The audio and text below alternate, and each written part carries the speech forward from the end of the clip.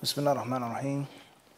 Salatu wassalam on Manhaj of An-Nawawi rahimahullah ta'ala, discussing the many فروض القراءة في الركعات كلها وهو مذهبنا ومذهب الجمهور كما سبق. Another fa'idah from this hadith, al-Jumhur, most of the ulama, as we وفيه أن المفتي كشيء آخر يحتاج إلى أنهما شرطان لها. Another is that whenever it's recommended for him to give him that additional information. If someone asks you about one ruling, experience, your intuition from the aspect of nasiha, of being sincere to the Muslims, giving them true, good, solid advice, and end up teaching knowledge, seeking knowledge, spreading in kitab al-ilm. And this, as we have embarked, and we're discussing the issue of fatwa, of fiqh. Everybody understand this? Somebody may say, the hadith states, min husni islam al-mar. Strong is that he leaves off things which don't concern him. Famous hadith in Nawawi or Nawawi's collection. And anything other than that is takalluf. The Salaf, they hated takalluf.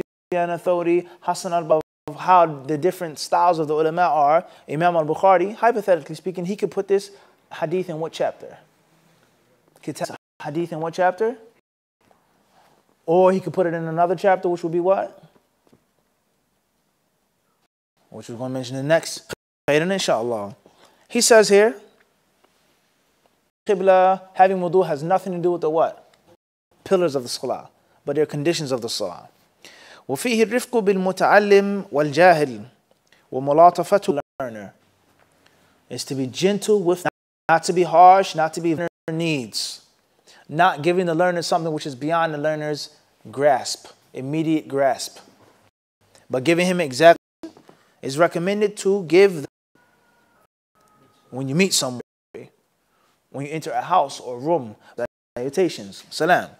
When you meet someone repeatedly, I met you on the street, I say, Assalamu alaikum. You go to the store, you come back, I say what?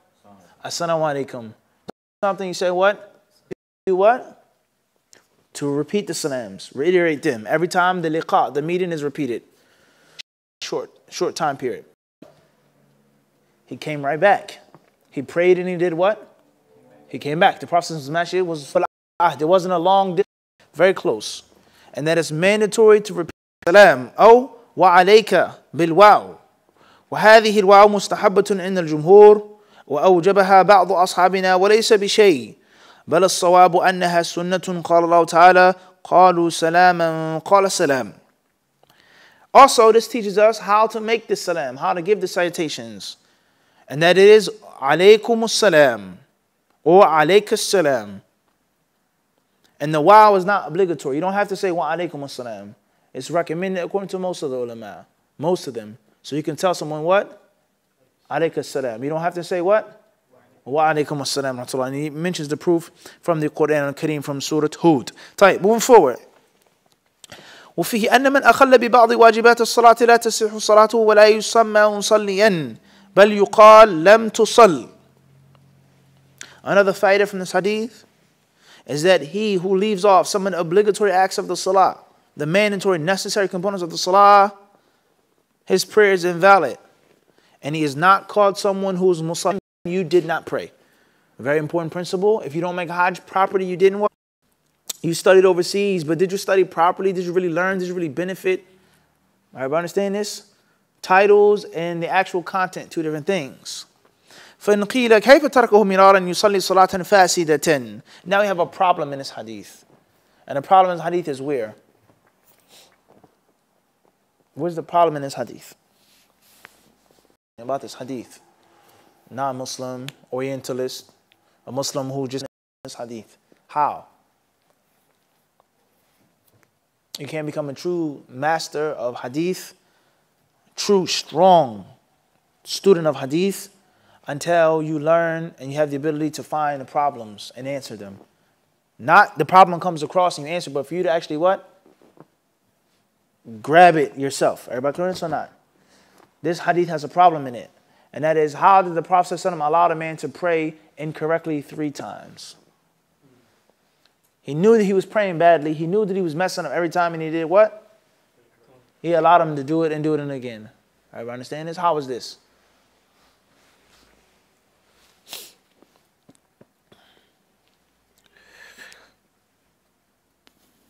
لأنه يأتي بها في المرة الثانية والثالثة فاسدة بل هو محتمل أن يأتي بها صحيحة وإنما لم يعلم تعريف غيره بصفة الصلاة المجزئة كما أمرهم بالإحرام بالحج ثم بفسخ ذلك عندهم والله أعلم. He says the answer process never allowed, encouraged this man to make salah incorrectly. Never did he allow him and say, go ahead and make it, do it wrong, do it incorrect. He never said that. He says, rather, the Prophet did not know that he would do it the second and third time incorrectly as well. Perhaps he would have, or the second time. Now, he says, rather, it's possible for the man to figure out his mistake. When he said that you what? Didn't pray. And he would be smart enough to what? Figure out his mistake and then make it and do it what? Correctly in the next salah. Everybody understand this or not? He says, everybody understand this? For everyone to pay attention, to learn, and to benefit. And he allowed him to do it. He told him to go back. Perhaps he would have done it right. So the first time for sure, it was a mistake. Now, was he going to do better the second time? Maybe, maybe not. But the reason why he didn't initially stop him is because what? He wanted to be what? Stronger. And for everyone to get the point. And look how we benefit and learn from the hadith today. Everyone understand this? He says, just as the Messenger of Allah told the people to make ihram for Hajj, and then he told them to change it to Umrah. To make fasq, to abate and annul the Hajj to Umrah, in order for this to be something that everybody got, and everybody understood, and everybody picked up on. Everybody clear on this or not? Taib. Khairan inshallah. So how many fawaid were there did Nawawi mention?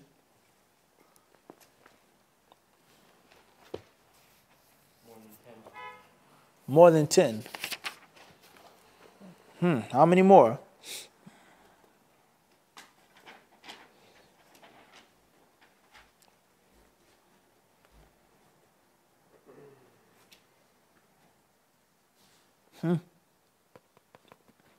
How many fawaid did we get from one hadith?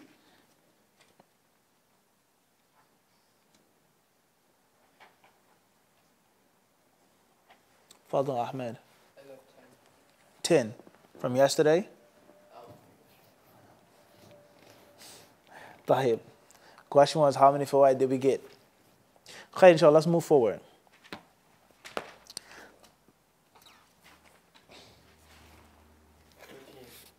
Tahib.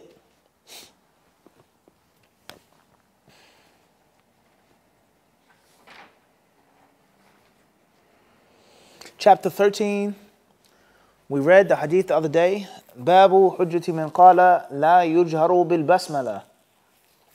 حديث أنس رضي الله عنه أن النبي صلى الله عليه وسلم وأبا بكر وعمر رضي الله عنهما كانوا يفتتحون الصلاة بالحمد لله رب العالمين. Chapter 13 says the proof and the evidence for those who say that the statement Bismillahir Rahmanir Rahim is not to be said aloud. Is not to be said aloud.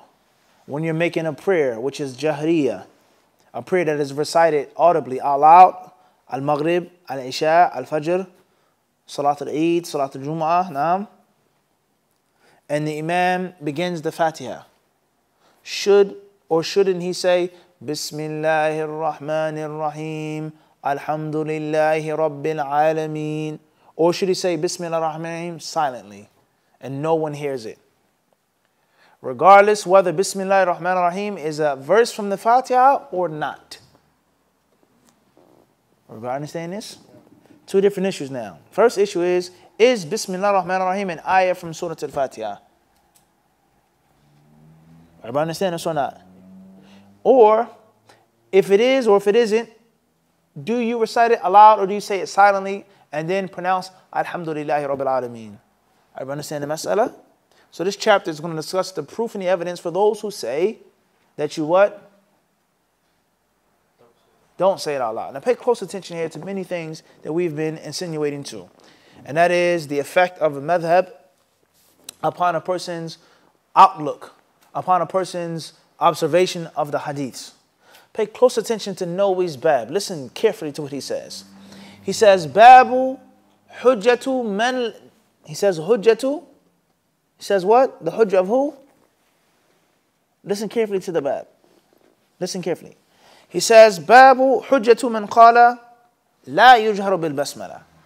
He says the hujjah, the proof of those who say la yujharu bil basmala. Obviously, where the basmala is an abbreviation of Bismillah ar-Rahman ar-Rahim, like hawqala, naam, and other things as well. Hamdala. When we say Alhamdulillah Rabbil Alameen, it summarizes Hamdala, or La hawla wa la quwwata illa billah, al-hawqala, and other things as well. Naam. Tayyib. Now, listen carefully. Anyone pick up on the issue here in the chapter heading? He says, Babu hujjatu man qala. Those who don't say it. Tayyib. What is different about this chapter heading?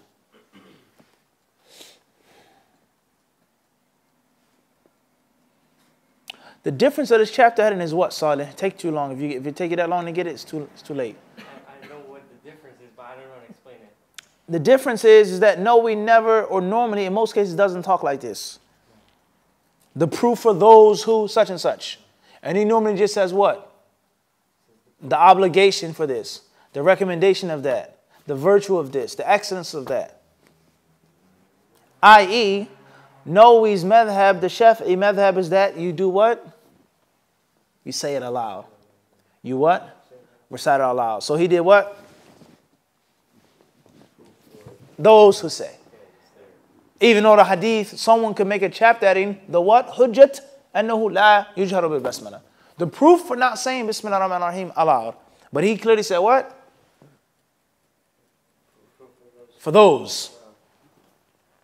So how many other chapters in the book can one say the proof for? What? For those. Ikhwan. For what? For those. The proof for those who say, this is how you make the tayammum. The proof for those who say, this is what you do with the khuffain. The proof for those who say, kada, kada, kada, kada, kada, kada, kada. But he didn't word those chapters like that because there's something that he what? He agrees with the Shafi'i madhab. Everybody understand this or not? Everybody clear on this or not? So, he's not a fanatic. It's respect, but it's clearly a what? Clear as day. Everybody understand this? So when you read the fiqh al-sunnah, you have to notice, is that the explainer of this book of hadith was a what? He was a madhabi.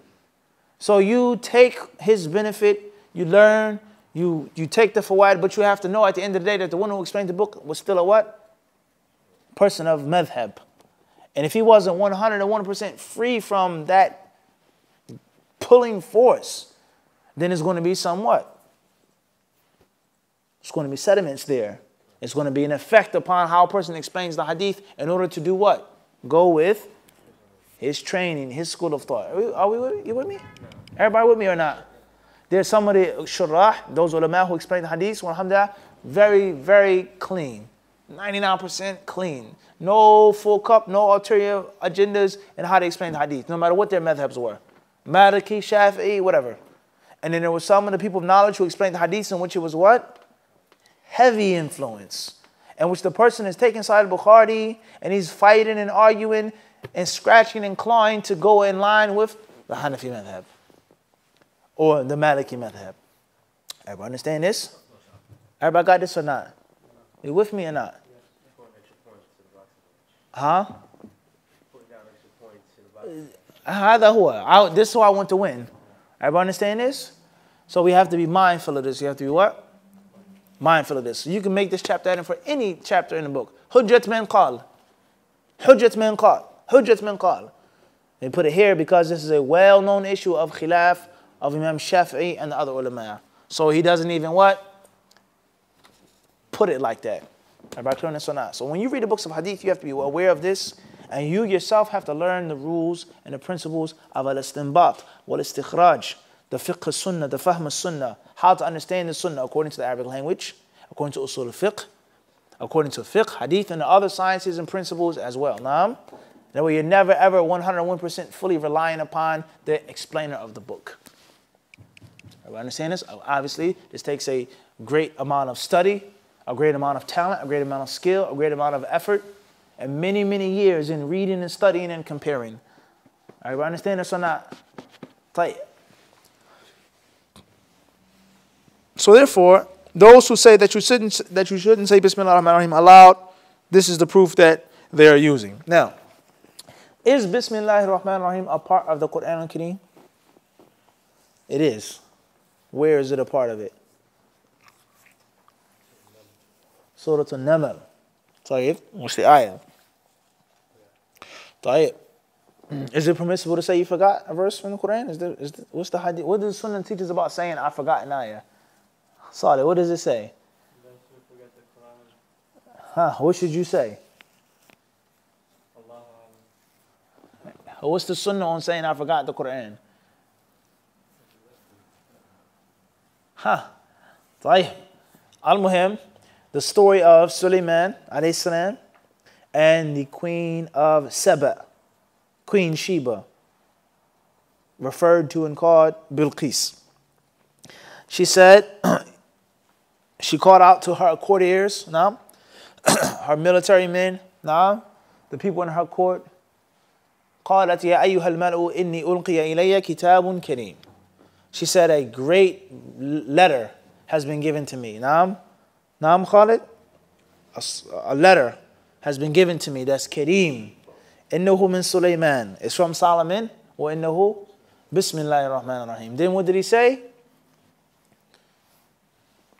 ألا تعلوا علي وأتوني مسلمين.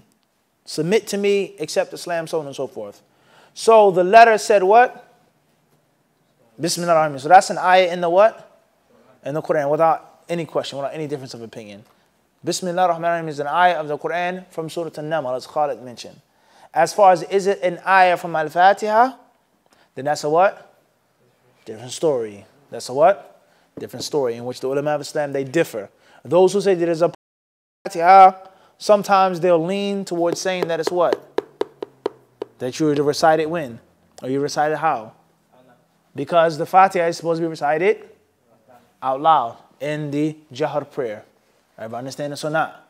But those who say that it's not a part of the Fatiha, it does not have to be recited out loud, let alone what Muhammad did, what Abu Bakr did, what Umar radiallahu ta'ala anhu did, Uthman, etc. Everybody understand this or not? Everybody got this or not? Tayyib. So what the ulama agree upon is that Bismillah ar-Rahman ar-Rahim, the Basmala, is a part of Surah An-Naml. And they also agree on the fact that Bismillah ar-Rahman ar-Rahim was not written in the Musahif in front of chapter 9. Instead of chapter 9, Surah Tawbah or Surah Bara'ah. And there are two main views why they didn't, or three main views. The first view is,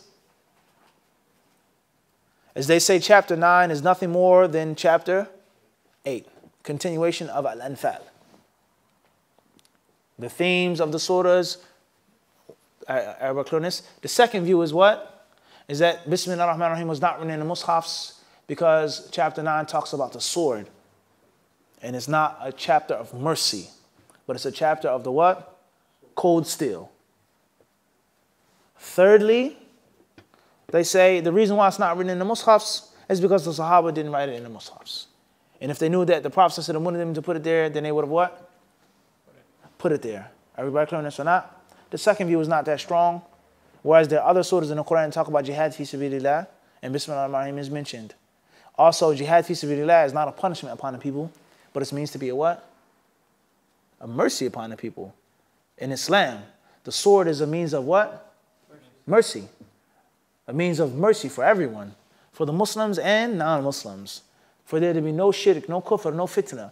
Everybody understand this? For there to be tawheed and justice in the land. That's a means of ultimate what? Ultimate mercy. Everybody understand this or not? Ultimate what? Mercy. Ultimate mercy. In Islam, killing is not prohibited. Everybody understand this? It's permissible to use violence in accordance to Quran and the Sunnah. There's laws, there's regulations. You can't just kill someone, you can't just kill yourself, you can't do anything crazy and haphazard how you want to. Just like you can't pray, what? How you want to. You can't make a hajj how you want to. You can't fast, what? How you want to, etc. There's rules. So when someone is killed, when there's violence, when there's a rule, if it's done in accordance to Allah and His Messenger, then that's a means of what? Of rahmah. And there's no blame upon that individual. Everybody understand this? As we made many examples before, if a law enforcement officer uses his gun and it was correctly in a proper situation, he is not what? At fault. He's not blamed. Rather, he's looked at as a hero. He's looked at as a what? as a hero for stopping the killer, stopping the shooter, for more people being hurt. Everybody clear this or not? And if he uses his weapon, his firearm unjustly, incorrectly, then he's supposed to be looked down upon. Supposed. Everybody understand this or not? So therefore, the fact that it's a continuation of Surah 8, perhaps, the Sahaba didn't write it in the Mus'hafs because the Prophet ﷺ did not tell them to. Those are the two correct views. The middle view is not necessarily that what? Strong. Everybody understand this or not? Play it. So that's what the ulama agree upon. Of Surah Tawbah not having it in front of it, and the ayah from Surah 27. Everybody clear this or not? If they say that, then it would be 113 surahs in the Quran or no? If they say that, some of them say that it's not, that it is a part of Surah 8. The Prophet ﷺ, he didn't come in and say there are 114 surahs in the Quran. He didn't what? He didn't say that. He brought the Quran and was sent down upon him. That was memorized by heart, that was written down, so on and so forth. The different dialects of the recitation, etc. He didn't say that there are what? 114. Clear on this? All of these different numbers, the systems, you see the Jim, you see the Sad, you see this, you see that. The sajda marks, all these things were the services that were put later on. That were what? That were put later on. Everybody understand this? And the evolution and development of the sciences of ulum al-Quran. Clear on this? Just like Surah Al-Fil and Surah Li'ila fi Quraysh, as we explained in 5 minutes of Fa'idah.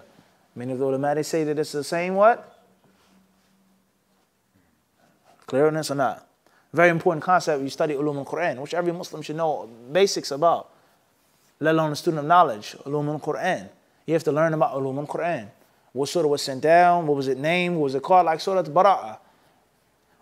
Now this is called Surah what? Tawbah. Did the Prophet call it Surah Tawbah? Some must have Surah Dah. Different names. هذا هو.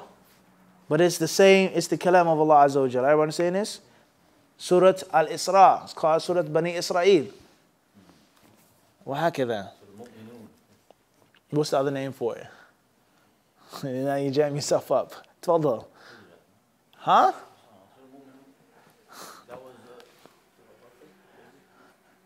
Surah, he said Al-Mu'minun. He didn't say Mu'min.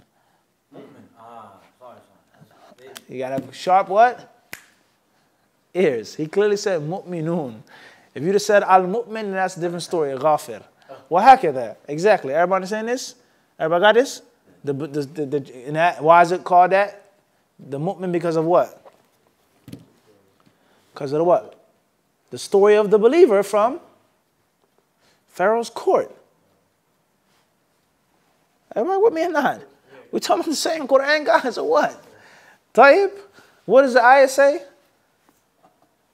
That a believer from Pharaoh's court said, so on and so forth, the story. That's only one story in Surah Ghafir. Everybody understand this? We with me or not? Tayyib? And they say Ghafir because of the beginning of the surah. وهكذا. طيب. خير inshallah. Let's move forward. That's enough of that. It's not a crash course on ulum al-Quran. Very important. We did a workshop on it before in New Jersey, in Boonton, New Jersey, a few years back. We did a workshop on the preservation of the Quran al-Kareem. Maybe we can do another one. Inshallah, maybe do a workshop, inshallah. Right. Moving forward. So everybody understand the chapter heading now?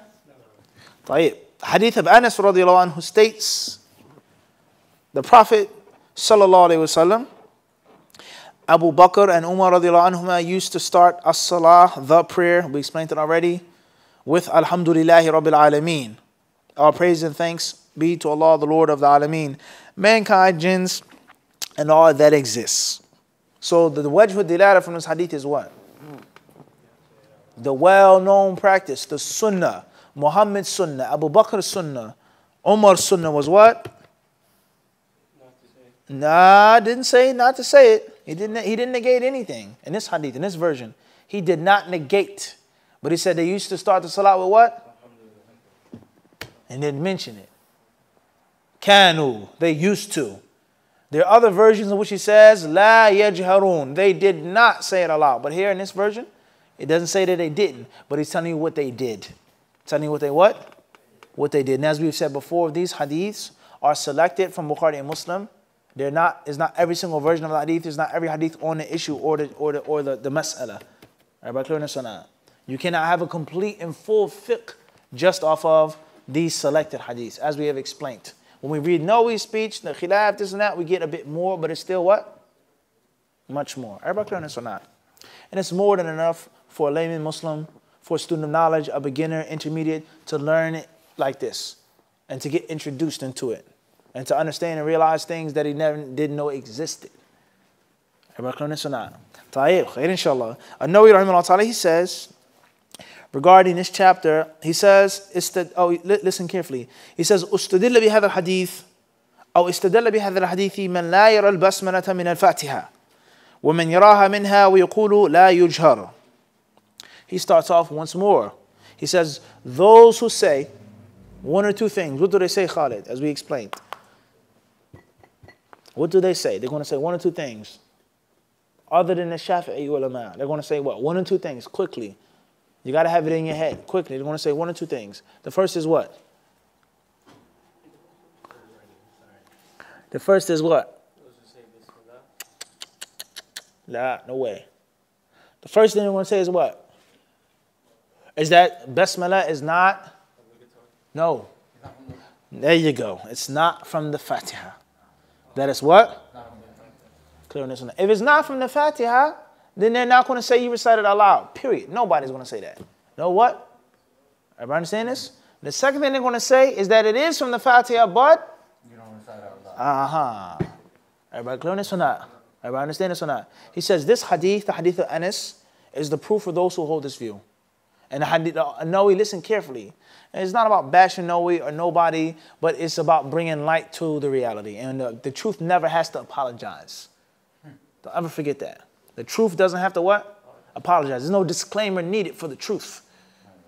You can apologize for someone's feelings. I'm sorry, malish, for your feelings, but I'm not sorry about what I said.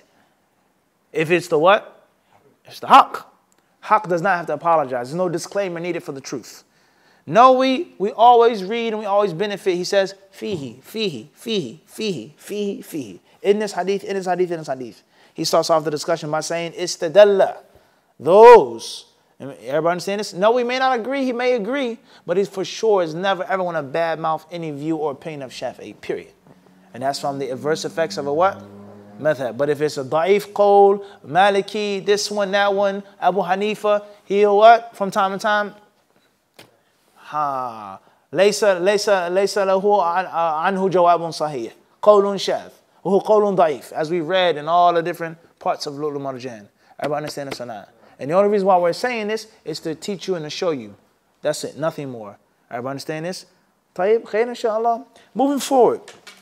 He says, those who say that if Basmala is not from the Fatiha or it is not to be recited aloud, this is their what?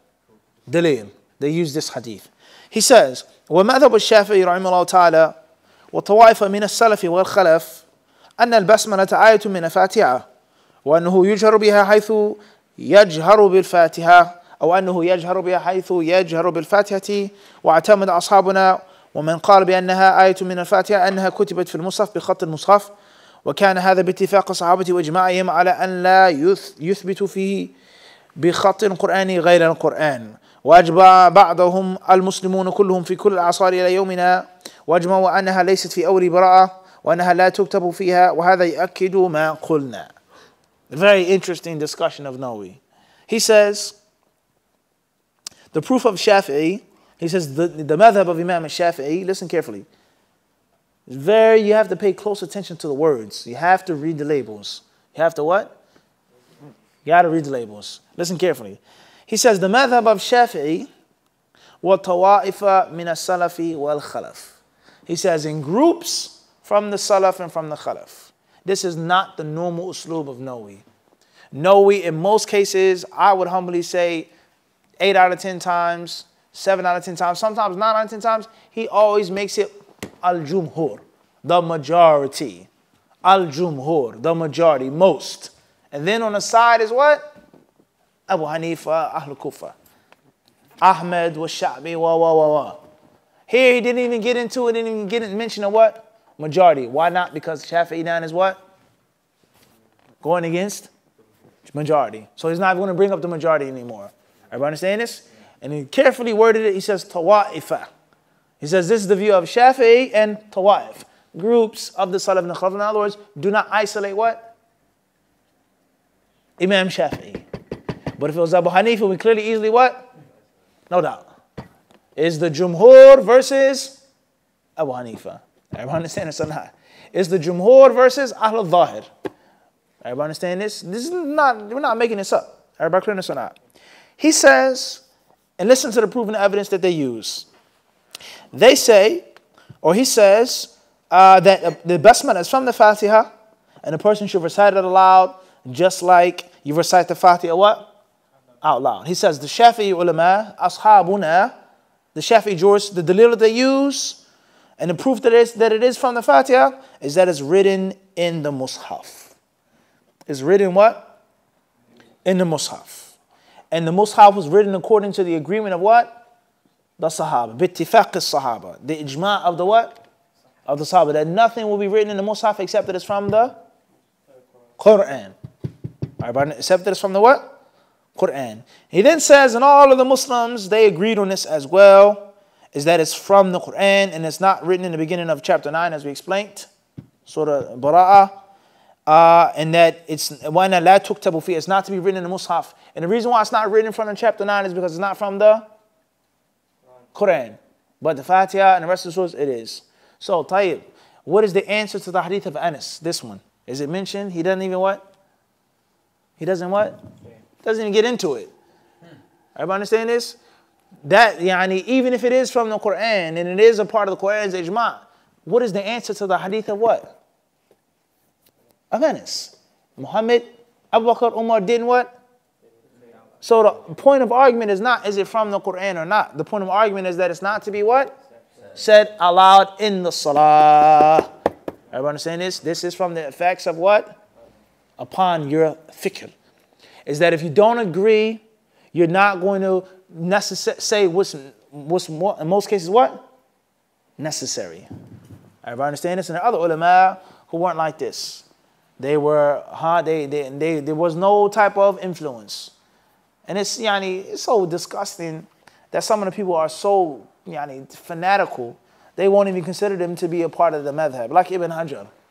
It's Ibn Hajar was so fair, so just, so honest, and so busy with hadith, they don't even consider him to be Shafi'i. What is this? Anybody in their right mind would have more than enough pride to do what? To claim who? Without a doubt. We have Ibn Hajar in our madhab. What he did for Islam, Sahih Bukhari and the rest of the hadith, more than sufficient. Just like the Hanbali said by Ibn Taymiyyah and Ibn Qayyim. The Shafi'i say a Hanbali madhab was a branch of the Shafi'i madhab. The Hanbali madhab is nothing more than a byproduct of Shafi'i madhab, they say. And if it wasn't for Imam Shafi'i's madhab, there would be no madhab Imam Ahmad. Everybody understand this? And the ulama of the Shafi'i madhab served the sunnah for 1,000 years. They did this. They wrote the books on Arabic, on tafsir. Kullu shay. And what do the Hanbalis say? They say we have what? Ibn Taymiyyah, Ibn Qayyim, Ibn Rajab. You can have whoever you want. Those three are more than enough for us to take pride in. Everybody understand this or not?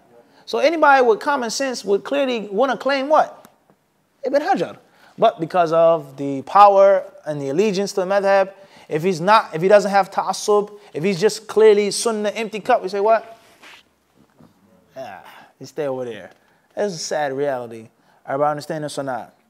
Now, I don't think there's been a place in which we've read through the book in which we discussed the issue the way he discussed it, what? Here. Everybody understand this or not? May Allah have mercy upon him.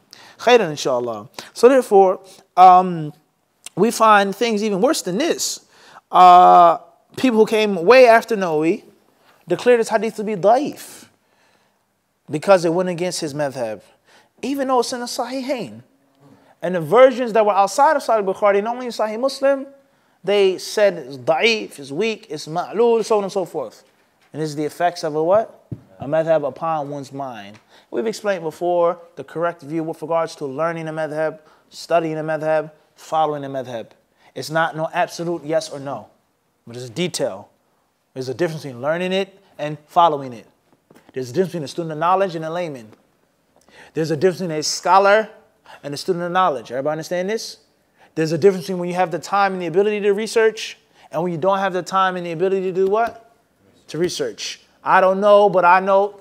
It's tafsir. There's what? It's detail. And either of the two sides, absolutely, you must study it.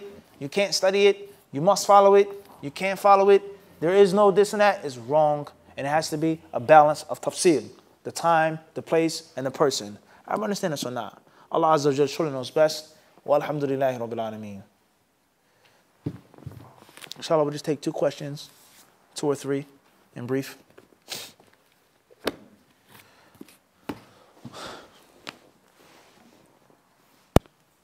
Pass me the tea, please, Khalid. It's inside. Assalamu alaikum, please reconnect. Inshallah ta'ala, bi'idhnillah. We'll start the...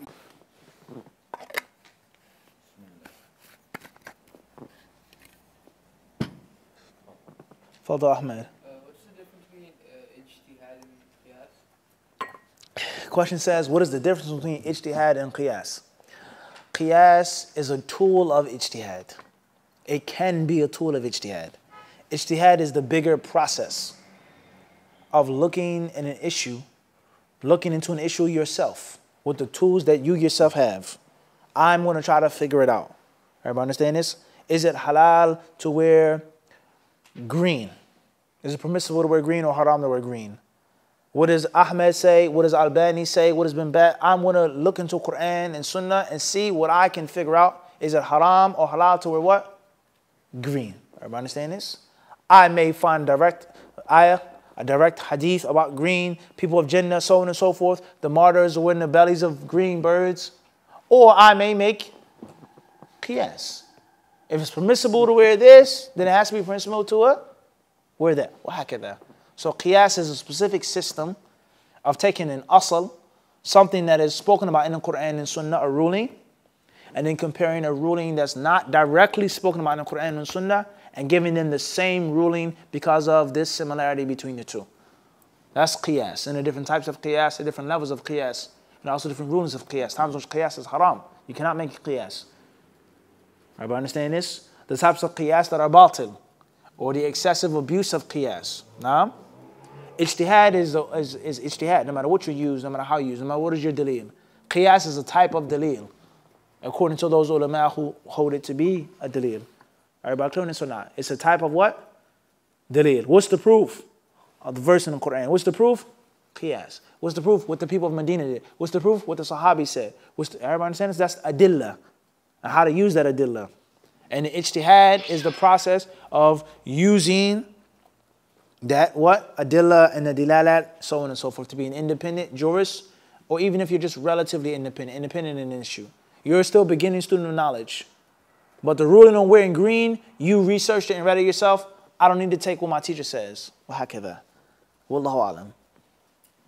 It's in brief.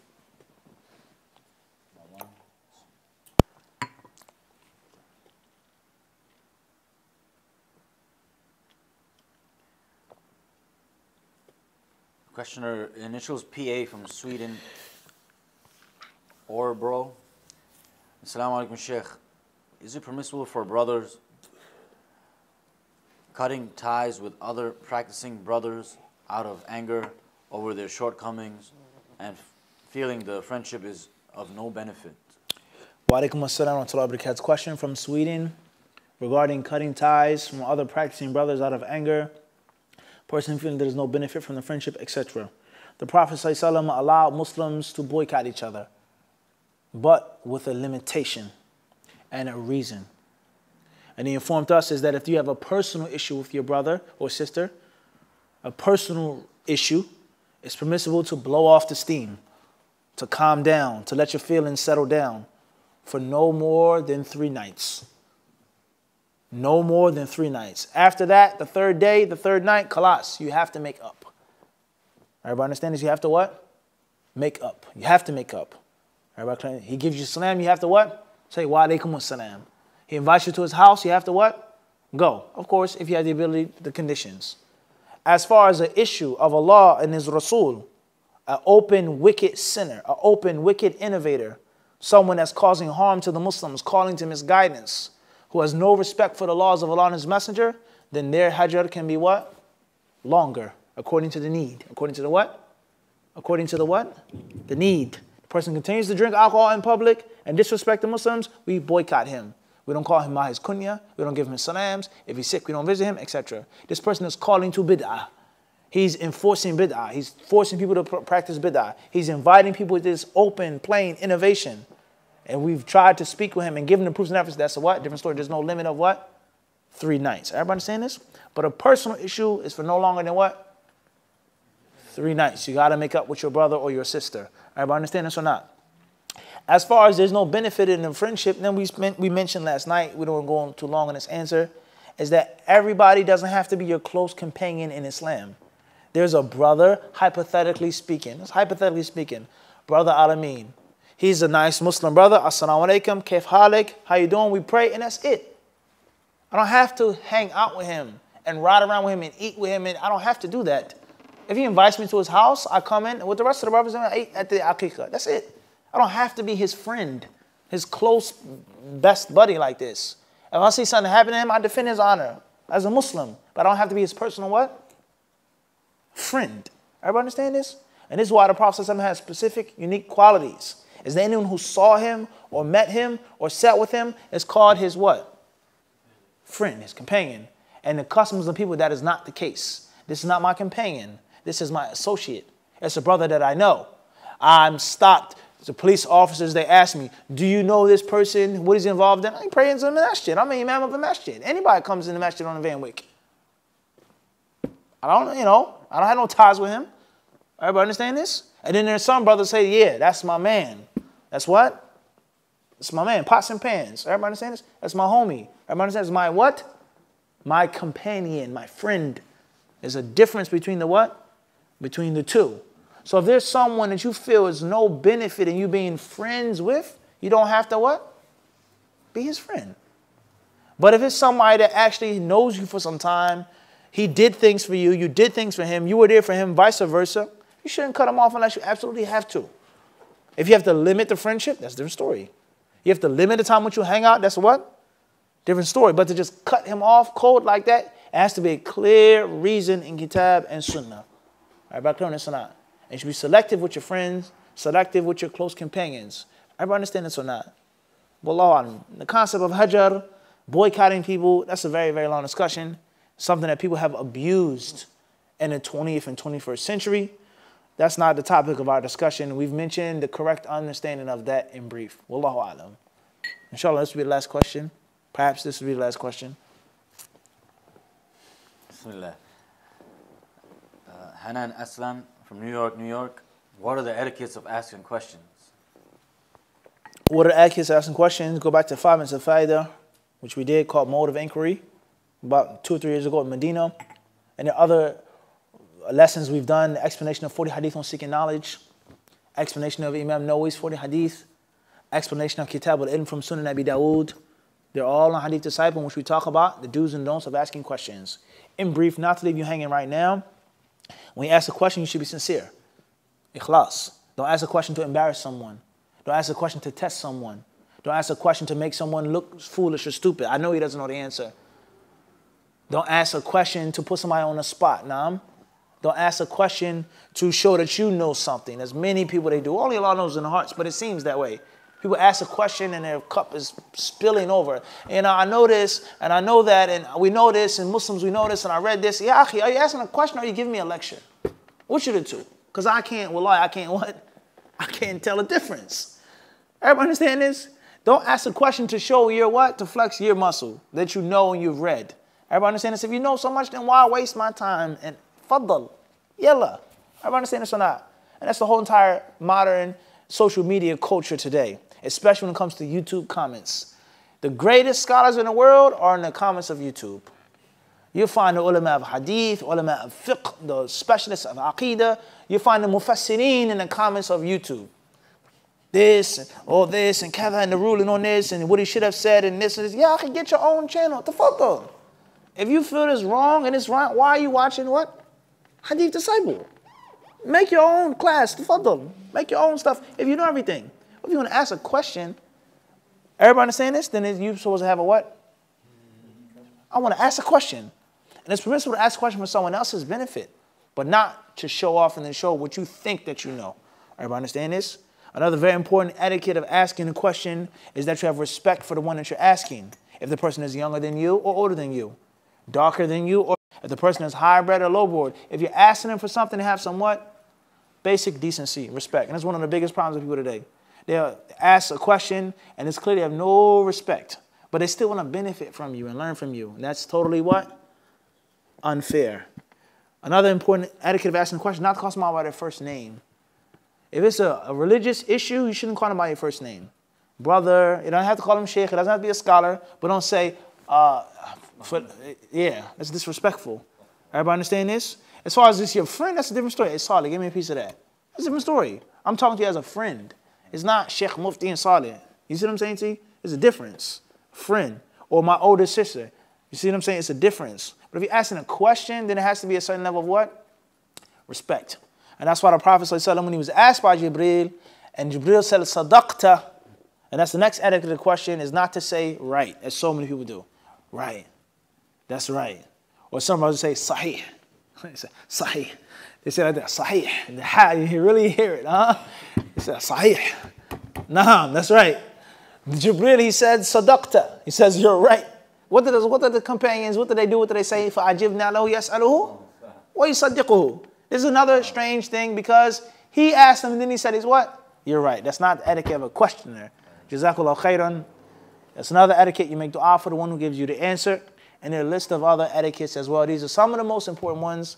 The only reason why I went into this extensive discussion is because of the vulture culture of 2017. It is a reality. It's not a joke.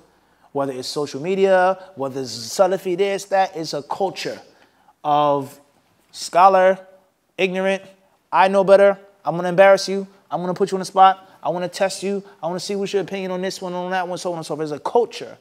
It's a psyche today that we live in. And people have lost the basic etiquettes of seeking and teaching knowledge. And the contradictory thing is he claimed to follow the Salaf so much in this issue, but the etiquettes of the Salaf as-Salih and other issues is totally non-existent. And this opens up the door for people who are people of innovations. And they say, look at these people. Look at them. Look at their etiquettes. Look at their akhlaq. They have no respect. What khair can they be upon? And the Prophet ﷺ, the leader of the Salaf, the head of the best, Allah said, وَإِنَّكَ لَعَلَى خُلُقٍ عَظِيمٍ. He says, and you're upon an exalted standard of character. Everybody understand this? So as many of the pious predecessors used to say to the students of hadith, they says, مَنْ طَلَبَ حَدِيثَ رَسُولِ اللَّهِ صَلَّى اللَّهِ عَلَيْهِ وَسَلَّمَ فَيَنْبَغِي أَنْ يَكُونَ خَيْرَ النَّاسِ فَإِنَّهُ قَدْ طَلَبَ أَعْلَى الْأُمُورِ أو فَإِنَّهُ قَدْ طَلَبَ أَعْلَى الْأُمُورِ فَيَنْبَغِي أَنْ يَكُونَ خَيْرَ النَّاسِ. They said those who seek the hadith of the Messenger of Allah صلى الله عليه وسلم, they went after the highest of the high. There's nothing higher than being a hadith disciple. Those who seek the hadith of the Messenger of Allah صلى الله عليه وسلم have the greatest aspirations. They're reaching for the top. And they should be the best of the what? People in their akhlaq. You don't have to agree with me. You don't have to take my view, but you can never ever attack my character. How many people said Imam Muhammad was rude? Was nasty? Was disrespectful? Was a coward? How many people said Ibn Taymiyyah was a backstabber? A backbiter? A gossiper? How many people could say these things about these great ulama? Shaykh al-Albani. You ever heard somebody say Albani was rude and nasty? He was evil? He traded on me. They never said these things. They call him this, they call him that. About issues of iman, aqidah, the deen. But they can never ever attack their personal character. Everybody understand this? And the same applies to slander. To people who are always involved in scandal. Sexual perversion, sickness, this, that. Has anyone ever said Ibn Taymiyyah did this to this woman? You ever hear somebody ever say that about the ulama today? That they were alone with this girl, they were here with this girl? You ever hear that? Never. But there were people who called them names, called them murji'ah and this, gave them titles. Deen issues. Never ever talked about their personal character because their personal character was what? Solid. You lie about me, about the Quran, about this, but you can never ever say anything about my what? Akhlaq. So that's from the greatest important things of this culture that we live in, of the social media, YouTube culture, is character. And that's one of the greatest flaws that we have. We lack in our character. And if our character was better, there lies no doubt our dawah will move further and faster. Allah Azza wa Jalla surely knows best. Walhamdulillahi Rabbil Alameen. Sheikh, are you going to have a question and answer session on Thursday night or? Tomorrow's Thursday Yeah. or Wednesday? Tonight is Wednesday. Tomorrow's going to be Thursday. Inshallah, tomorrow. All Q&A, inshallah. Inshallah, tomorrow, just 1 minute for each question, each answer, inshallah. Each answer. Jazakallah khair. Inshallah ta'ala, brothers and sisters, hopefully you guys heard that. So please tune in tomorrow. Please submit your questions only in the question and answer session, please. Some of the people, they ask questions during the class, which is off the topic, if you will. And please abide by the rules in the chat room. Jazakumullah khair. Assalamu alaikum.